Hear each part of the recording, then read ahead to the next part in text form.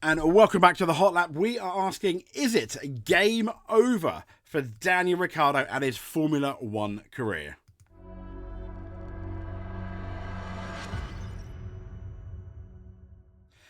I don't think so. Welcome to the Hot Lap. If I'm really honest, I don't think it is. I'm looking at the story, reading the story from planetf1.com, which they're not the only people to report it. I think several F1 YouTubers as well are reporting it. But they've suggested game over for Daniel Ricciardo. But then you've got to look at the source, which is a bit of a question mark, and it is obviously Red Bull's own Helmut Marko. But how many times has Helmut come out and But Helmut Marko, though, he has, to be fair, dropped a hint that Daniel Ricciardo could be dropped by RB, claiming the team will have to promote Liam Lawson to an F1 race soon on the command of the Red Bull shareholders. Now, as we know, Ricciardo, they've suggested struggling since returning to F1. I don't think he's struggling at AlphaTauri. When you look at some of his races, he's done fairly solid. But in F1 2023, as we know, he just registered 2 points finishes in 17 appearances since his comeback at last year's Hungarian Grand Prix. Doesn't look particularly great. Liam Lawson to replace Daniel Ricciardo, though. To the Australian, as we know, he suffered a broken hand all the way back at Zandvoort in what was just his third race back. And this opened the door for Lawson to compete in 5 races. Now, despite impressing in Ricciardo's absence and claiming the team's best result of that stage in 2023 Singapore, also, didn't he out-qualify Verstappen as well and booted him out the top 10? Lawson was denied a promotion to a full-time seat in F1 2024. If you want to look at that, just look at Drive to Survive.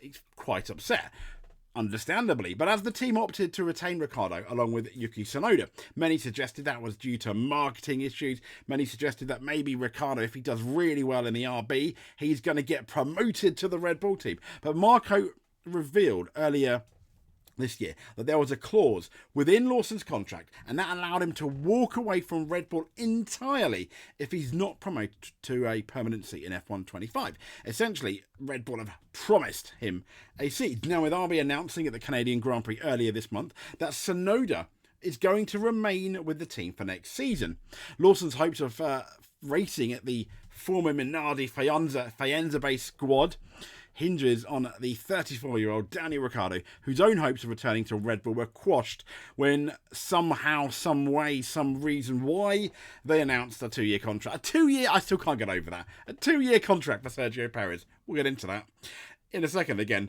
rant incoming. But according to Austrian publication Klein Zeitung, ahead of the Red Bull's home race in Austria this weekend, Marko revealed that the energy drink shareholders are keen to see RB return to its roots as a team to train young drivers, which is the absolute opposite of what they wanted to be at the beginning of the year. They wanted to be their own team. But in terms of drivers, they produced the likes of Verstappen, Vettel, and ironically, Ricciardo.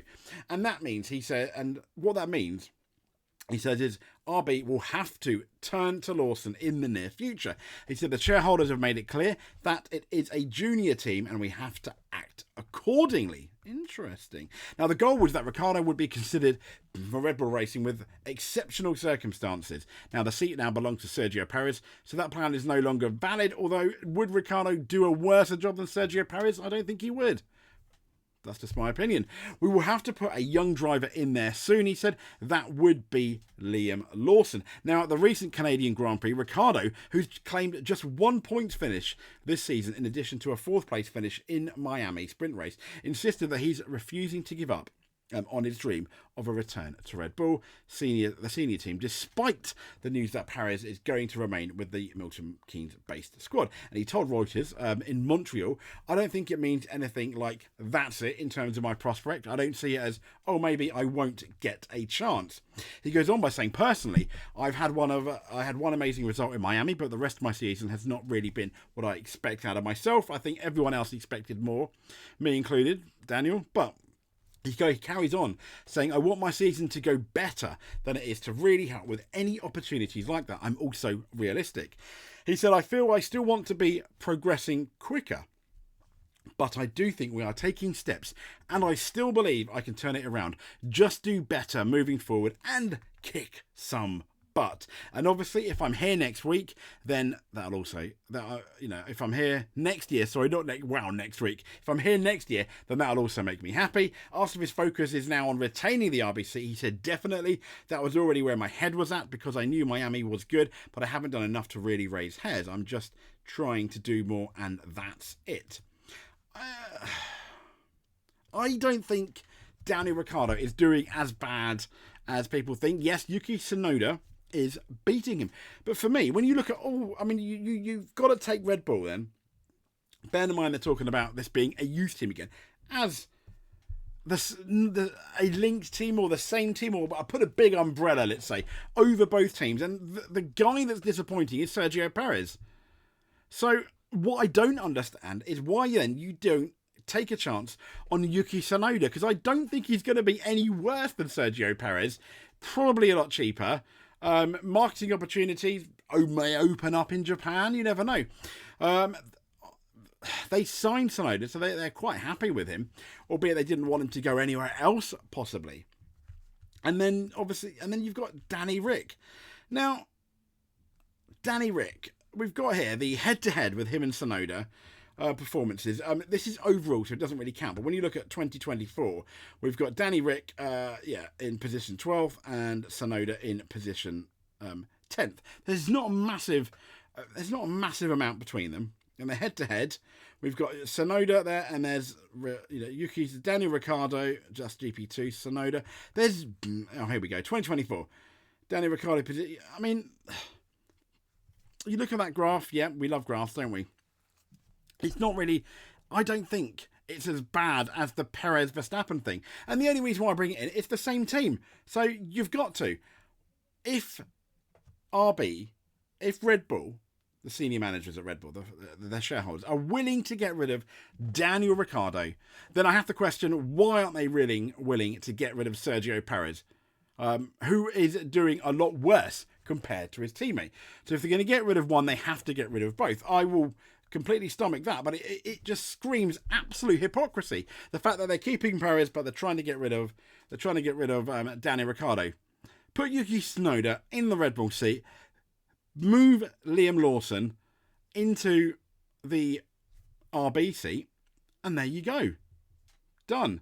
Because I don't think Yuki Tsunoda is going to threaten Verstappen too much, but I don't think he will be doing a worse job than Sergio Perez. And also, speaking of Liam Lawson, yes, he can go. And this is the thing that people are forgetting. He can go somewhere. Liam Lawson certainly can go somewhere, but will anyone want him? And I'm not saying that because I think he's an amazing driver. I think he'll be a credit to any Formula One team. But when you hear the whispers, you don't really hear Liam Lawson going to Haas, Liam Lawson going to Williams, Liam Lawson going to Audi Sauber, which is, for me, a shame, but you don't hear that. So the other question is, will Liam Lawson go anywhere else? And if he doesn't, is he then going to be almost subdued into signing another Red Bull contract, bearing in mind they haven't lived up to their promise? So I feel sorry for him as well, because he does deserve a chance at a Formula One drive. But you don't hear it yet. Hopefully, maybe, coming into the Austrian Grand Prix weekend, we will hear more about Liam Lawson going somewhere. Either Liam Lawson signs for RB. I think if Liam Lawson signs for RB, I don't know if any team would have Daniel Ricciardo. Potentially for marketing opportunities. I don't know. And I think it will definitely potentially spell the end of Ricciardo's RB career. But if Lawson doesn't get signed, I don't think it will be the end of Lawson's career. But it might be the end of Daniel's career if he doesn't get signed for next year. Anyway, that's pretty much how we feel about it here. If you've got a different opinion, please comment below. Let us know. That would be fantastic. If you want to subscribe for more F1 content, we have Formula One. It's Media Day tomorrow, the Thursday, the 27th of June. So I'm sure there'll be some news in the evening. And then we've got the sprint qualifying on the Friday, so the sprint race, and qualifying for the actual race on the Saturday and the race on the Sunday. So we'll be keeping you up to date, albeit I think my updates might be quite late because I'm not getting home till late. So yeah. But anyway, if you want to subscribe, that'll be amazing. If you subscribe and like, or subscribe, like, and comment, do one of them, you're an F1 champion. Do two or more. In our eyes, you are a multiple F1 champion. We'll speak to you soon. Thank you very much.